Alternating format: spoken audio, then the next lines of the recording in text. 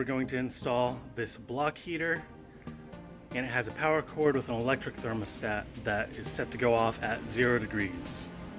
And this is the block heater for my vehicle.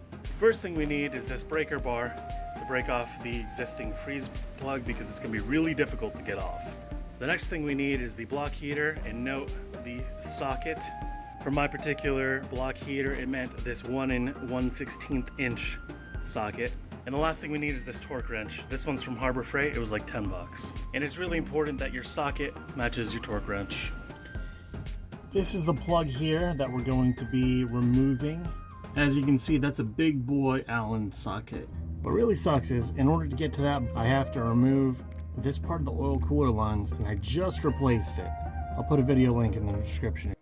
But I had to use 2 extensions, and then I had to add a breaker bar just to start to get this thing off.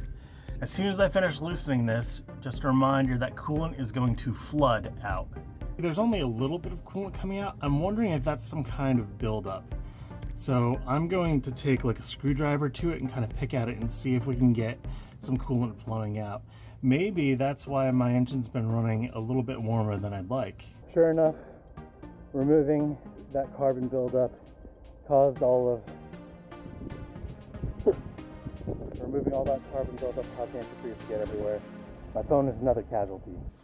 Next, you want to hand start the block heater where the plug was. Now the reason that we hand start this is to prevent cross threading. Next, we're going to take our torque wrench and set this bad boy up at 30 pounds of torque. So as we use this device, we're going to get to a point where the wrench just won't tighten down anymore. Instead, it'll just act like it's breaking, which is kind of scary if you've never used a torque wrench before. If you have, you know exactly what I'm talking about. Now the way we adjust this torque wrench is we want to rotate this part until it reaches the line that indicates the foot-pounds that we want to do. We want to do 30, and then you set it using this screw at the bottom. Did you hear that? That means we are at 30 foot-pounds. Now when you torque this new heater block down, make sure that you're torquing it down to the manufacturer's specifications. I can put this part of the cooler lines back on. Don't forget the gasket before you put the bolts in. Next, you just plug this in and figure out how to run this cord to where it's easily accessible for you.